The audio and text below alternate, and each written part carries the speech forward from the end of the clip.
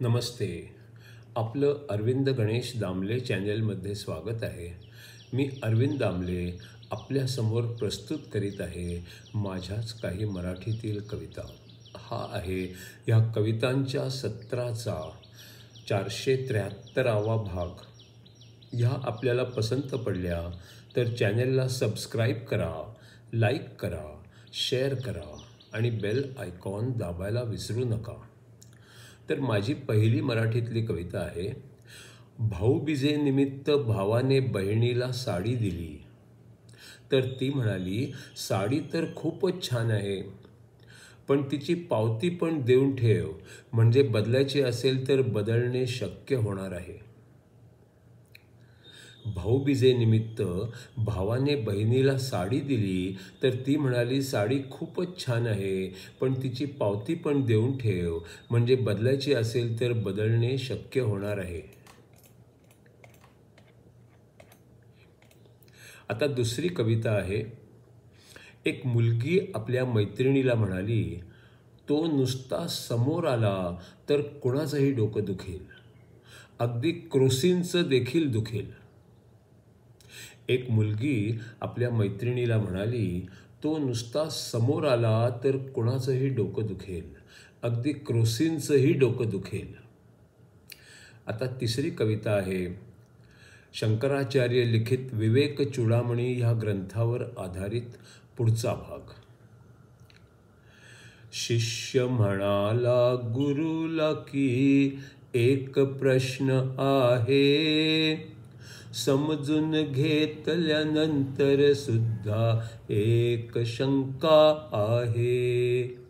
शिष्य म्हणाला गुरुला की एक प्रश्न आहे, समजून घेतल्यानंतर सुद्धा एक शंका आहे. काही गोष्टी अजूनही अस्पष्ट आहेत, तुमच्या तोंडून ऐकल्यानंतर समजणार आहेत. काही गोष्टी अजूनही अस्पष्टच आहेत, तुमच्या तोंडून ऐकल्यानंतर समजणार आहेत. बंधन बंधन म्हणतात ते नक्की काय आहे, व्यक्तीवरती बंधनाचे कारण काय आहे. बंधन बंधन म्हणतात ते नक्की काय आहे, व्यक्तीवरती बंधनाचे कारण काय आहे.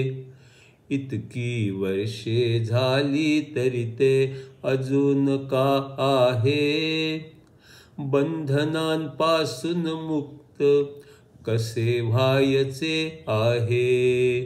इतकी वर्षे झाली तरी ते अजून का आहे, बंधनांपासून मुक्त कसे व्हायचे आहे. मी तर आहे पण मी नाही असा कोण आहे, आणि वास्तवातला मी जो तो कोण आहे. मी तर आहे पण मी नाही असा कोण आहे, आणि वास्तवातला मी जो तो कोण आहे. खरा मी अन भ्रमातला मी फरक काय आहे, आणि हा खरा मी कुठून आला आहे. खरा मी अन भ्रमातला मी फरक काय आहे, आणि हा खरा मी कुठून आला आहे. इतक्या शंकांनी मी गोंधळून जातो, साऱ्या शंका दूर करा ही प्रार्थना करतो.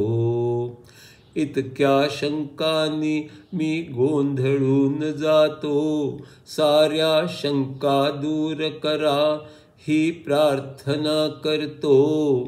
सद्गुरु म्हणाले, अरे तुझ्यावर ईश कृपा आहे. शरीराची जबाबदारी पार पाडायची आहे. सद्गुरु म्हणाले, अरे तुझ्यावर ईश कृपा आहे. शरीराची जबाबदारी पार पाडायची आहे.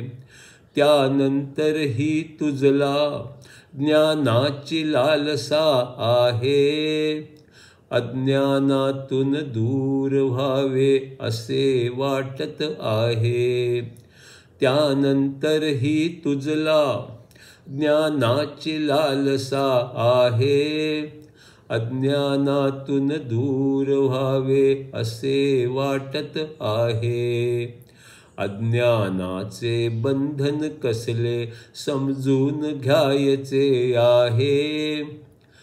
ते तोडून तुझला आता ब्रह्म व्हायचे आहे. अज्ञानाचे बंधन कसले समजून घ्यायचे आहे. ते तोडून तुझला आता ब्रह्म व्हायचे आहे.